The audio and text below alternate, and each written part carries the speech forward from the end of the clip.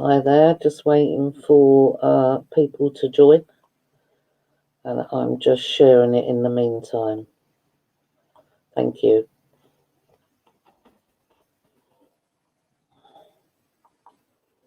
Hi Ollie. Hi Debbie. Hi Ricky. I'm just sharing the link at the moment. Just decided to do a live tonight. So I'll be with you in about 30 seconds. Just excuse me while I share this, please. Thank you.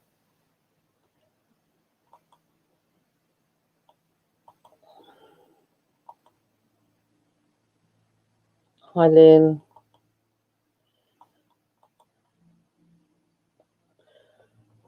Thank you for anyone joining. Won't be a second.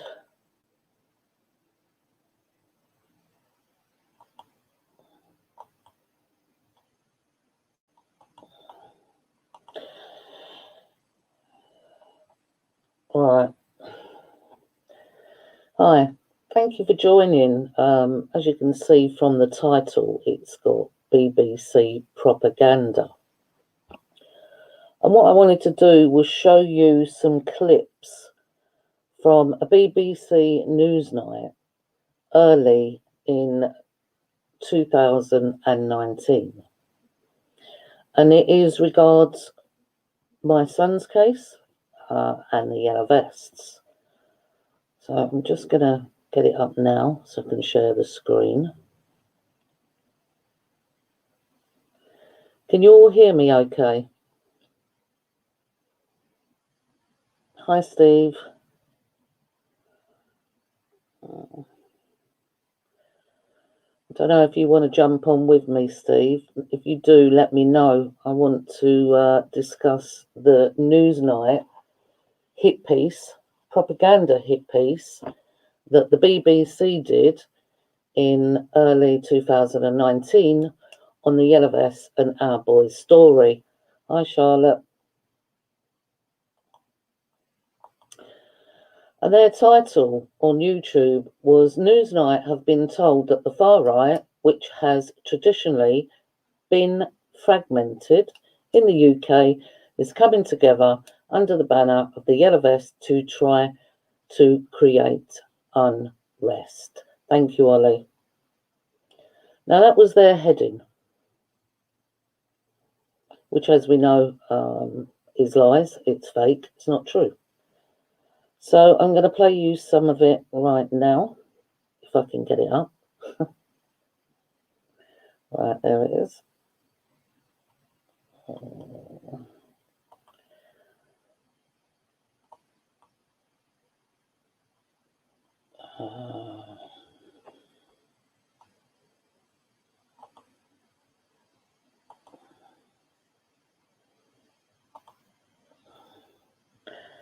Right, bear with me. Thank you.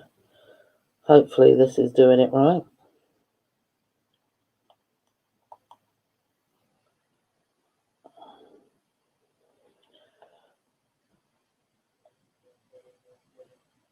Now, there are bits cut out of this, just so you know, but nothing's been edited. It's, I'm not the BBC, not the media. Just certain bits are taken out of it. But I'm going to be stopping it partway through and discussing some of it. So here we go.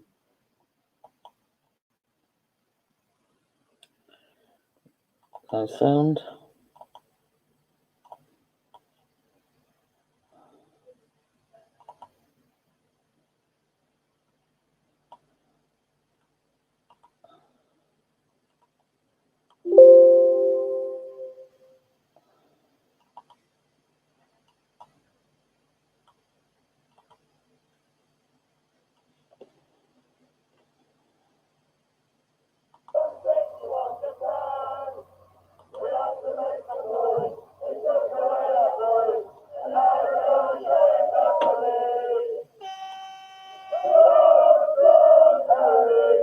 They're singing about 3 boys who died.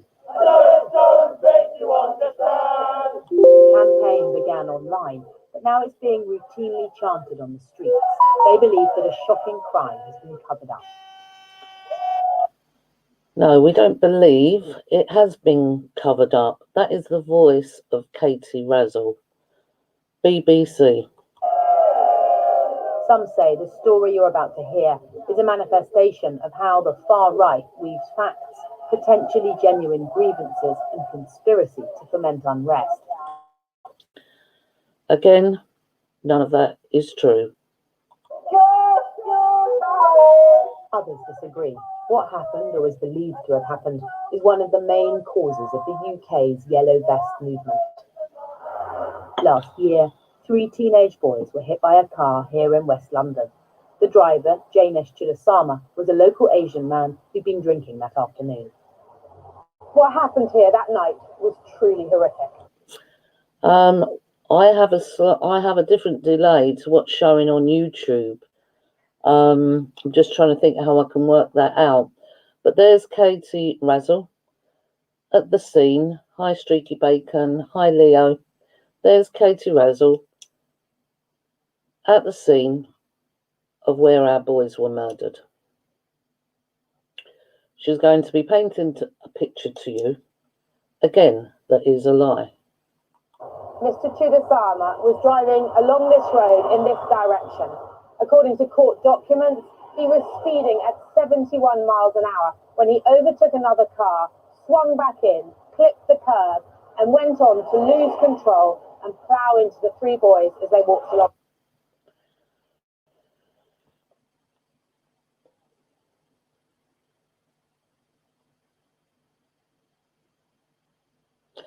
Right. Firstly, she says that, that he lost control of the car. We have the CCTV. Although there's a lot I can discuss about that, I will be saving that for another time. But there was no loss of control of the car. Again, Katie Razzle, another lie. Here. The impact was so severe that one of them, Josh, was flung up and over the fence and landed in the cemetery. The only small mercy in all of this was the pathologist report that said 2 of the boys, George and Josh, died instantly, and Harry, the other boy, almost instantly.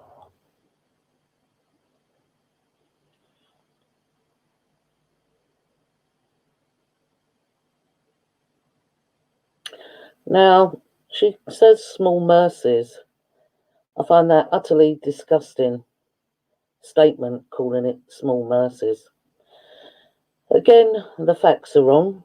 She states and claims that George and Josh died instantly and Harry didn't. It was the other way around. Harry died instantly and George and Josh were alive for nearly another hour. Although the police told us that all 3 died instantly. Again, Katie Razzle, another lie. What she does state there, which is true, is that my son went over the railings. And again, the police never told me that my son went over the railings. I found out days later from another parent because the children who were there that night informed the parent that that's where my son went. Chidasama later pleaded guilty to causing death by dangerous driving and was jailed for 13 years.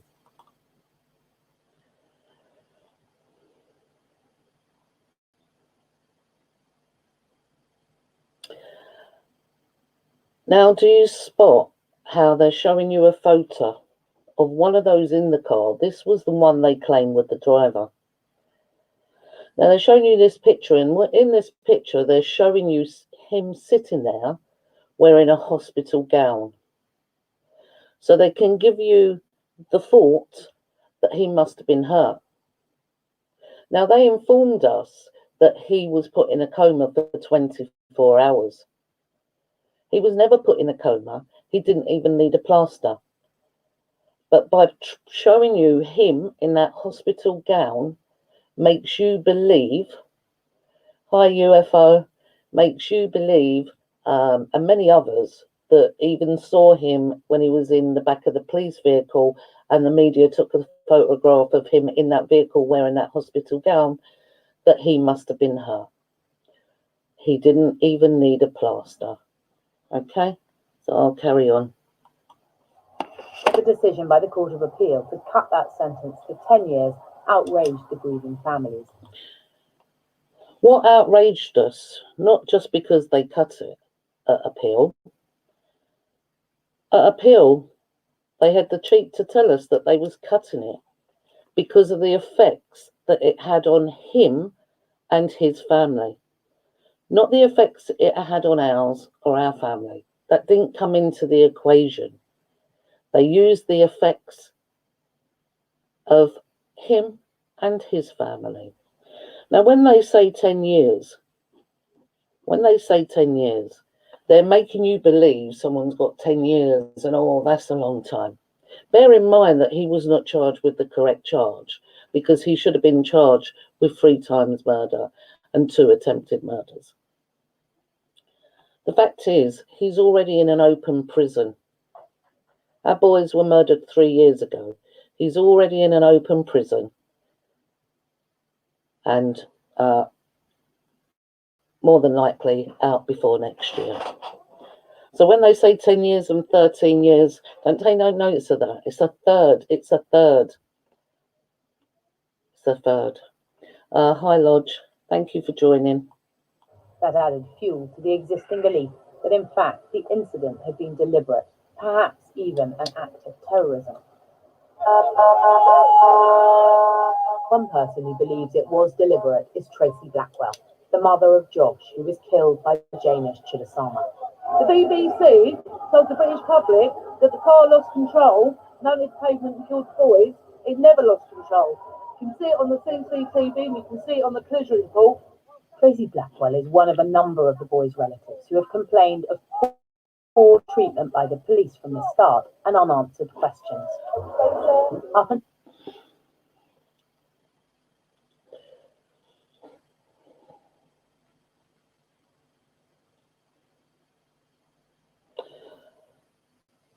For a start, it wasn't just poor treatment. And yes, it's right about the unanswered questions. They never answered any. I remember in the early days, I ordered a meeting with them because we knew they was lying, and we spent 4 hours with them. And again, they did not answer one question. They sat there. The sergeant sat there with a black book in her hand and kept opening it up. And every time we asked something, she'd flick through some pages and then say, sorry, I don't have the answer to that. That I will come back and answer you. And she never ever did. I've got no clue, Lodge, where that thing is. No clue. Down the country, amongst the yellow vests, we found people who believe that Chidasama could be an Islamist terrorist. He's from a Hindu family.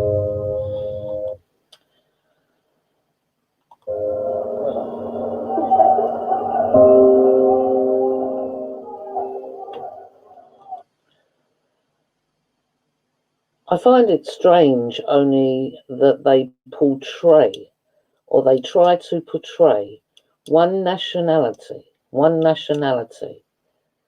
can only be terrorists. When that's not true, is it? That's not true. Our own government are terrorists. Antifa, a domestic terrorist. The appalling events in Hayes are part of a wider campaign of grievances by these people in high-vis jackets. Most prominent is Brexit.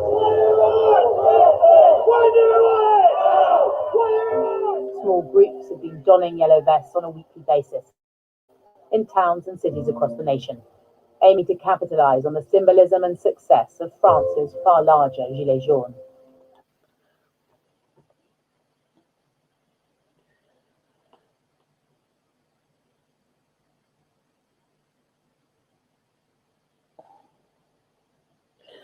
Just stop it there because I'll answer your question, Lodge, as well.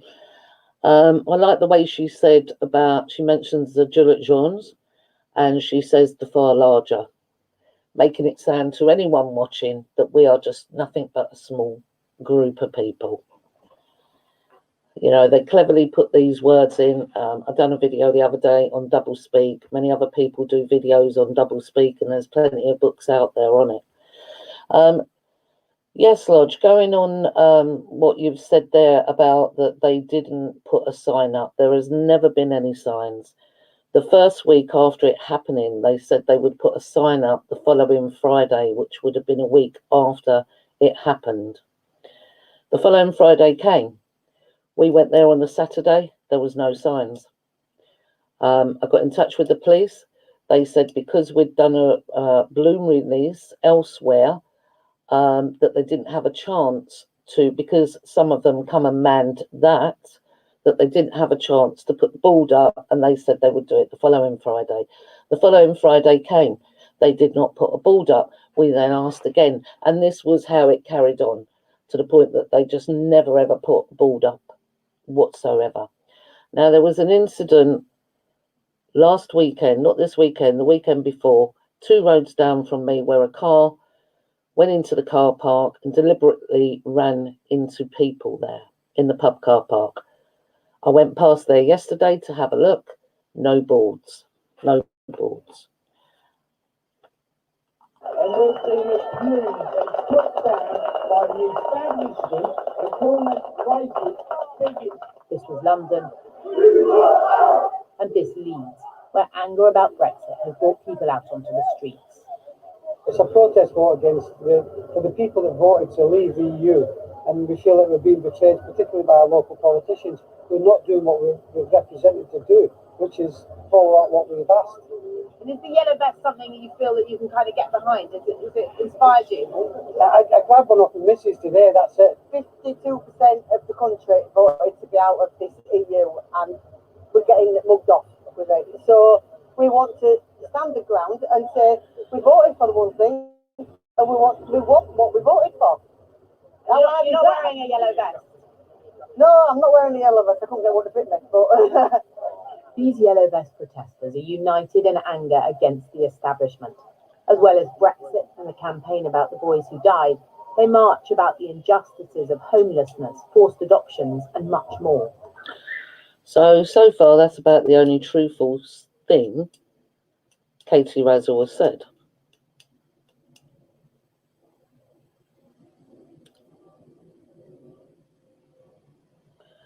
Where she has claimed that we marched against all the injustices, and that's exactly what we was doing. And obviously Brexit for many was also another one. And with regarding that, people walked for Brexit who were Remainers because they believed in democracy, although we now know through more research that we don't live in a democracy. It's all an illusion. They just let us pretend we live in a democracy by giving us a system of rotating puppets. Absolutely, there should always be a road traffic accident sign up for every accident, especially fatalities. Absolutely, Lodge. And there certainly wasn't in our case, because what they wanted to do was hide it as quick as they could. It was the quickest case that went through court. For many, these issues are the extent of their grievances, but there are others who are part of something potentially much more significant. The far right finally getting its act together. Historically, far-right movements have not been able to get along. There are so many specific fractures in their ideology that they can't really galvanise as a group. It's what's kept the UK, I think, mostly safe from far-right extremism. What the Yellow Vest has done is seem to give them some kind of public image to unite behind. Unbelievable.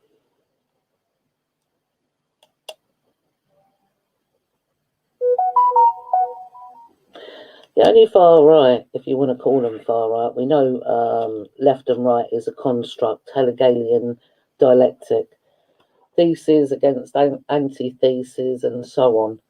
We know exactly, what that's all about. But because the Yellow Vest were not a controlled movement, let's call it a movement, because they were not a controlled movement, they were not government run, they were not lobbyist backed. We were just ordinary people, many who are in the room tonight, ordinary people walking out on the streets to tell everyone of all the injustices that were going on in the country, and to tell everyone that globalism was coming in the back door. That's exactly what we was doing, and that's exactly who we were. people with our own injustices. Many people out there, you know, had their own pain and suffering and their own horrific event and story that had happened to them. But of course, anyone out there that's truthful gets painted as far right. And the only ones that we got terribly infiltrated, and I'm going to show you something in a minute because it is in this clip. We got terribly infiltrated, and anyone else that was trying to portray it as what people believe as far right were plants by the government. And I think behind the scenes in the broader far-right ecosystem, there's a level of organisation now that probably hasn't been present before. Well, considering I was one of the organisers of the Yellow Vests, we had no leaders, we just had organisers. And that's what they didn't like. So they tried to pinpoint me as the leader of it. And they also tried to pinpoint James Goddard. James Goddard, I think, was only on Yellow Vests about half a dozen times before he got blocked from being allowed to go to Whitehall altogether, just like Brian the Lion. Have a look at what else is being said. And leave. Here's your plant. I just realised I'm ahead of you, sorry.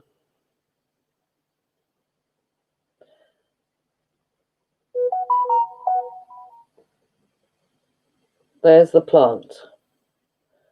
Now, it's certainly not in London because that's not a London bus. I take it maybe that's up Leeds. But there you go. Planted, not wearing a yellow vest, wearing a yellow jacket. Was it a copper's jacket? Who knows? Does anyone know what that flag is? Because I have no clue what that flag is. No clue at all. So if anyone in the room knows what that flag is, it would be handy to know what that is. Yes, I did. Jesus Jones. Quite a few people saw that. But again, that's the government trying to wind everyone up, isn't it? You know, it was right in full view of the Shard. And I can save that for another live, talking about the Shard, because there's relevance to that. Where some demonstrators unfurled a flag that's linked to neo-Nazi. Oh yeah, that flag there. I haven't seen it. If I had seen it and was walking up the road, I wouldn't have even known what it was. But if there was anyone in any demo carrying a flag like that, I can tell you right now that it would be a government plant. It's been claimed the far right is whipping up Brexit anger for its own ends. Demos like this can use up valuable police resources. This from the former head of counter-terrorism at the Met. The far right have been quite late to grasp that actually there's tremendous opportunity to cause chaos and mayhem by being peripatetic, by popping up all over the place. What we're seeing with the yellow vests is some of that happening. Some of the old anarchist, far left, hard left tactics being used, if you like, by the new yellow vest right-wing activists.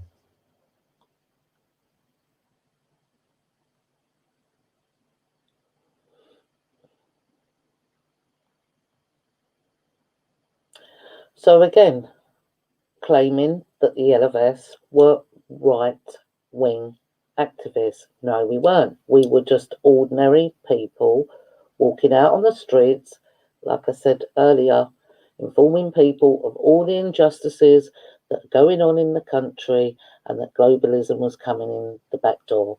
But of course, they didn't want the country to know what we was really out there for. We're not just one group or one certain party. We've got DFLA members here, we've got For Britain members here, we've got UKIP supporters and members here, we've got Britain First members here, and we've got a couple of EDL members here. Often the numbers taken to the streets are small, but what's going on reverberates much more widely online. This video by a man called John Lawrence has been viewed 180,000 times. We also spotted this online from Mr. Lawrence. The parents and other members of the community are going to be holding a bit of a protest on Friday around 8 p.m. This post led us to a small town in the north of England on a Friday night. In his yellow vest, Mr. Lawrence is live streaming a protest outside the local shop.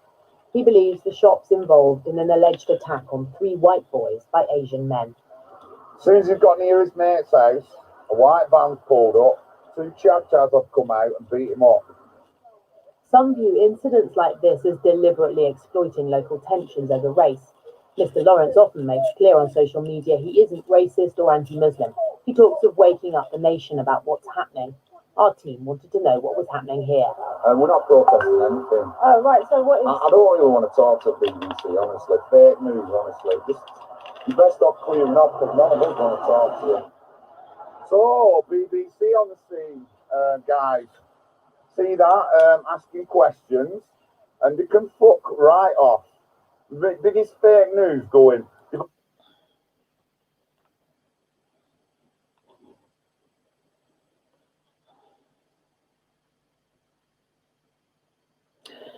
Now, John Lawrence is not a racist at all, and anyone who knows John Lawrence knows that he reports on many stories, including our boy's story. He doesn't focus on one story. He's more like an independent journalist, and that's what John Lawrence is. But here they are trying to portray John Lawrence as some former racist because he's reporting on this specific story. Obviously seen this on social media. We had, and this is what some of those following Mr. Lawrence's live stream had to say. It's pretty sinister. Post talk of smashing the place up and making England English again.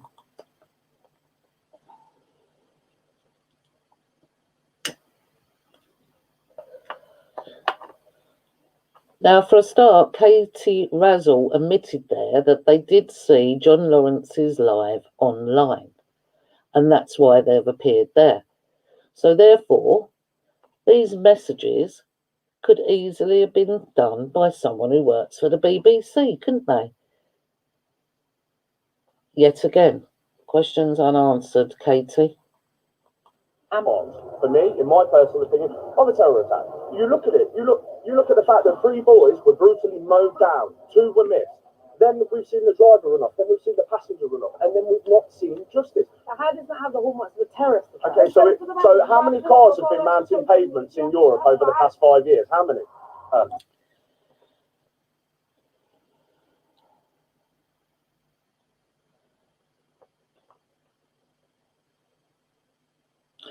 Yeah, for starters there, Katie Razzle, even though that's been cut there, did not answer that question.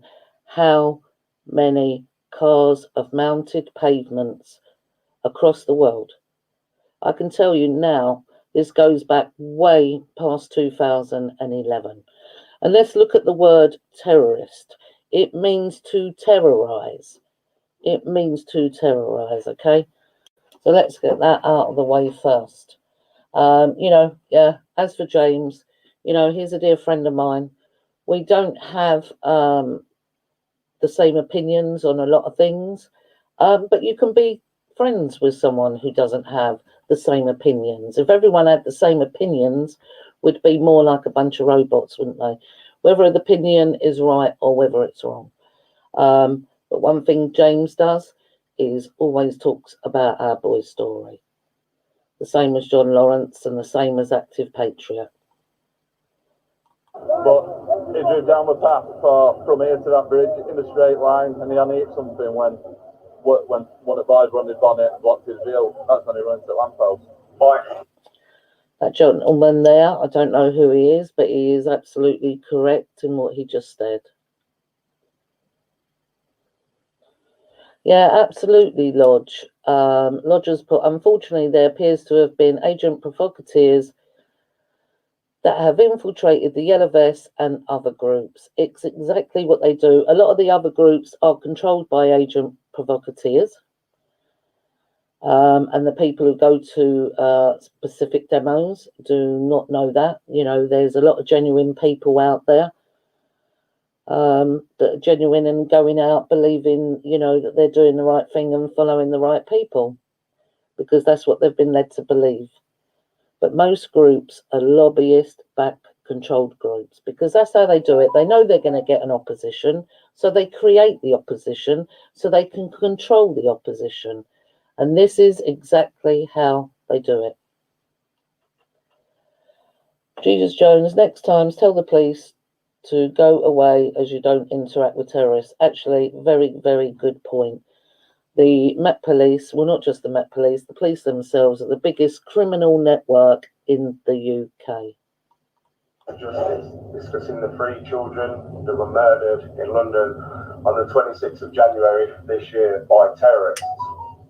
We showed some of the claims made online about the incident to the solicitor who Now, please have a listen to this. It's this coming up now. I've paused it.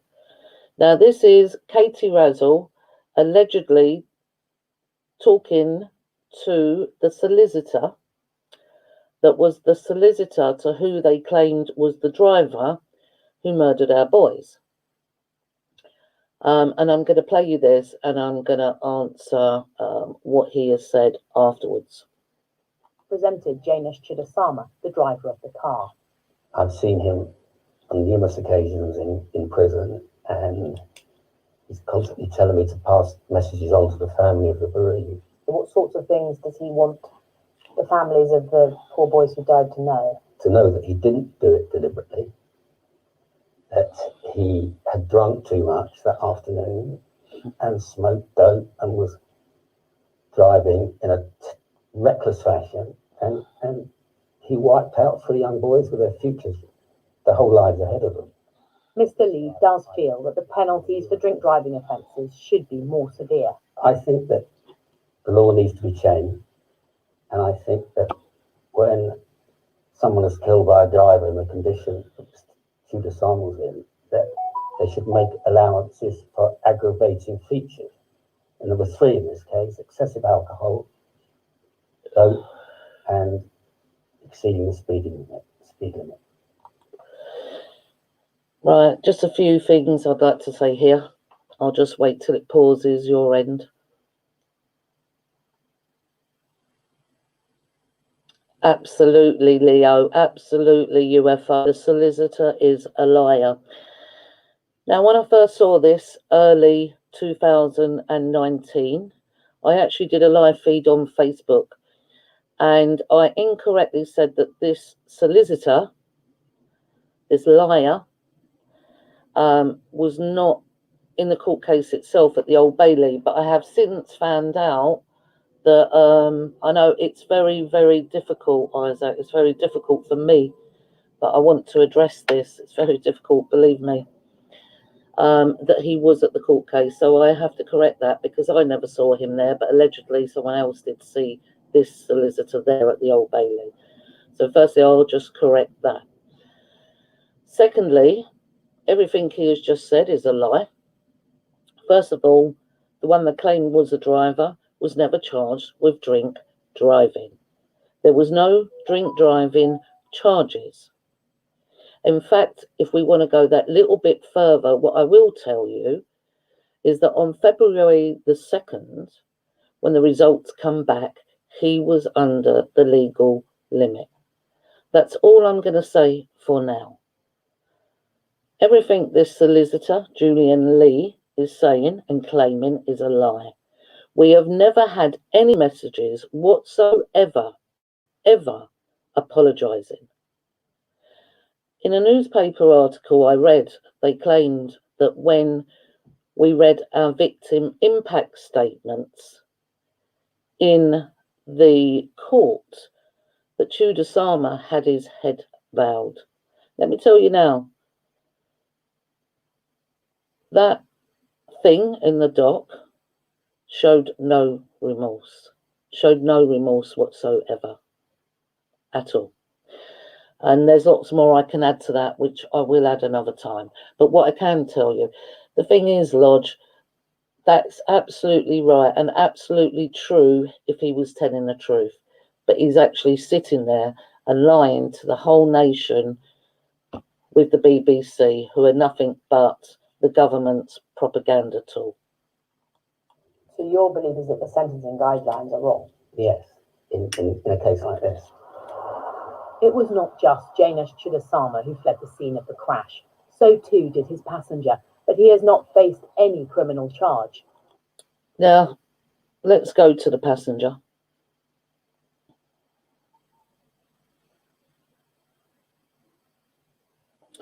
Let's go to the passenger.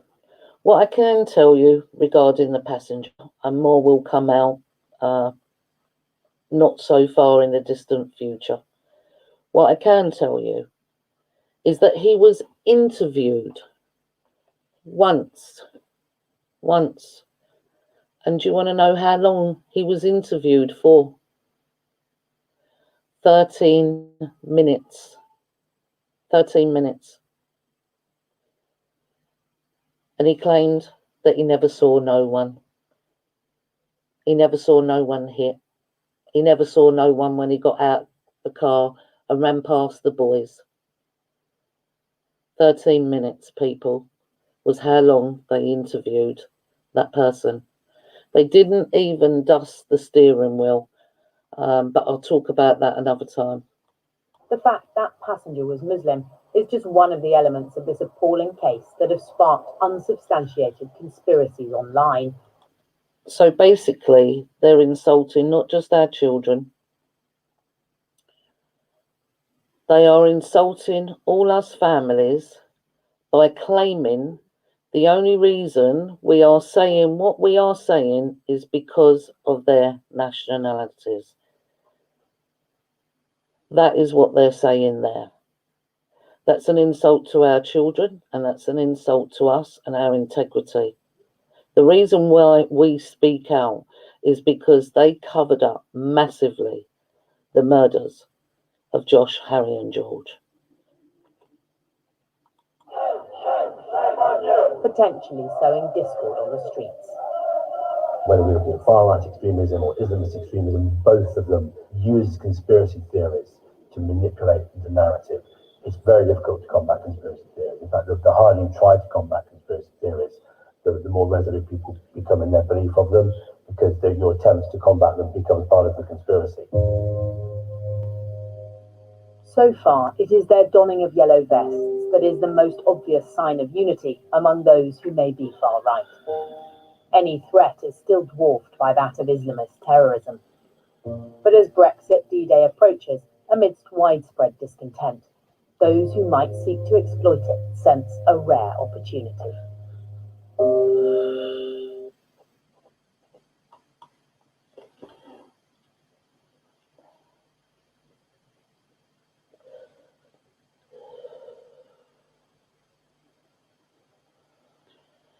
So that's all I wanted to play for tonight.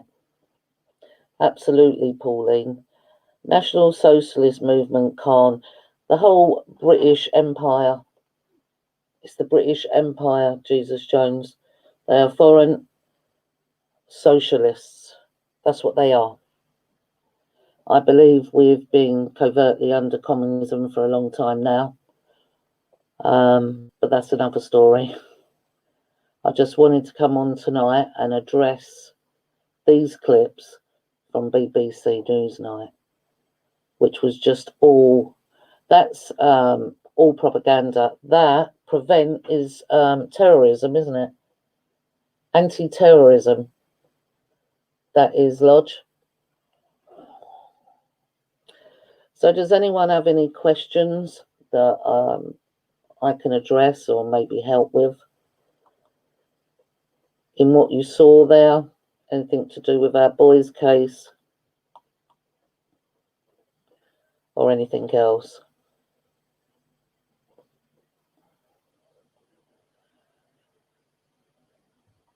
This is how they fed a narrative to the country that our boys were not murdered, that this was just some drunk driver driving dangerously down a road, clipped a curb, and then it distracted him and made him mount a pavement further on, and the car aimed for 5 children. None of that is true. None of it. There was no clipping of a curb. There was no car that's back end swung out and swung back in. None of that is true. He deliberately and strategically put his foot down, mounted the pavement, and dear Harry, who was the 5th child to be hit and the 3rd child to be murdered, landed on the bonnet of the car, which has made him clip the lamppost. If Harry hadn't have landed on the bonnet of the car, there was another 3 children walking towards that I have no doubt in my mind would have also been hit. The whole event was pre-planned. This was not someone driving along a road, has just seen children and decided at that moment to mount that pavement. This car and some other cars, they had more than one car involved in this. This and other cars were going up and down that road.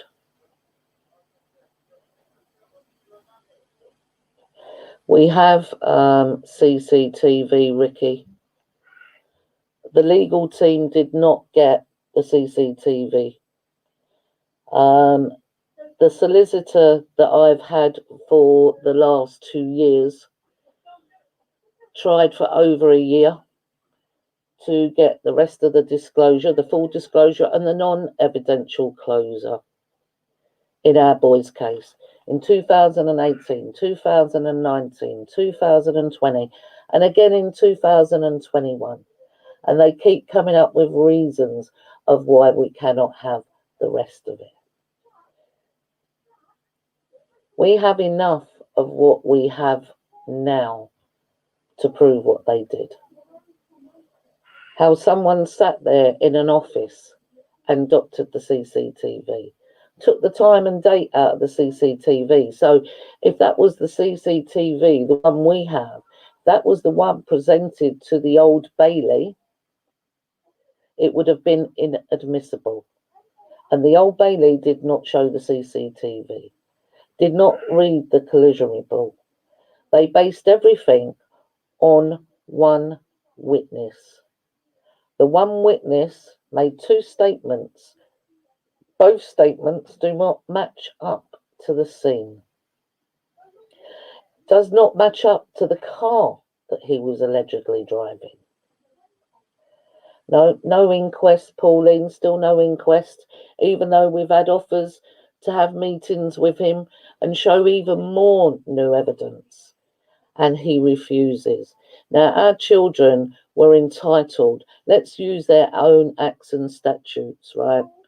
Under their own acts and statutes, the Coroner's Act of 2009, our children were entitled to an inquest because they suffered a violent death. And they were denied that inquest, and they're still denied it to today.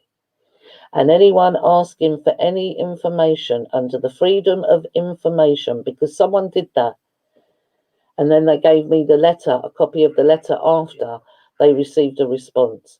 And in it, they have been told that they have closed it down for 20 years because it's not in the public interest to know. And this is how they do it. It's the same with legal aid, isn't it? The criminals get the legal aid and the victims do not get no legal aid. And that means they can do anything they want to us and our loved ones because they don't want you to raise the money to fight back and to be able to fight back. But the fact of the matter is, under a private prosecution, you can be the prosecutor yourself. And not only that, anyone has the authority themselves to do their own investigation. And you do not even need to be related to someone to do your own investigation. If there's an incident in the next road to you and you do not believe the police have done a good enough investigation, or you do not believe what they have said, you have the authority yourself to go and do that investigation. You can speak to people. You can even get a civil order where that means you can search the premises. The only difference is you can't break down the door. You have to ask, look, I've got this, can I search? Something they didn't even do in our boys' case. They never even researched their homes. And like I said earlier, they didn't even dust the steering wheel. Didn't even do it. Hello, Boo. Thank you for joining. Sorry you've missed some of it. All I did was show clips from a BBC propaganda hit piece that they did back in 2019 on the yellow vests and on our boys' story. Again, to feed the country a false narrative. So anyway, everyone, thank you for joining. That's me for now. Unless anyone wants to ask me anything before I go. So cover up where the driver's family and friends have any connections to a prominent person. There's a couple of things I can't mention in that, but what I will say, Pauline, is the one they claimed was the driver. His sister is a solicitor. Hi, Sharon. Hope you're doing okay. His sister is a solicitor. So I can say that. But there's a couple of other things that have come out quite recently regarding certain people who are involved in this case, and there's some links going on. So anyway, that's it for now. Thank you everyone for joining. I very much appreciate it. I very much appreciate your support. I appreciate you joining me this evening. And everyone, please do take care. Hi Sally. Hi Ollie. See you later. Please take care. Thank you for joining. Thank you for supporting. And remember everyone, always never surrender, because that's what they want.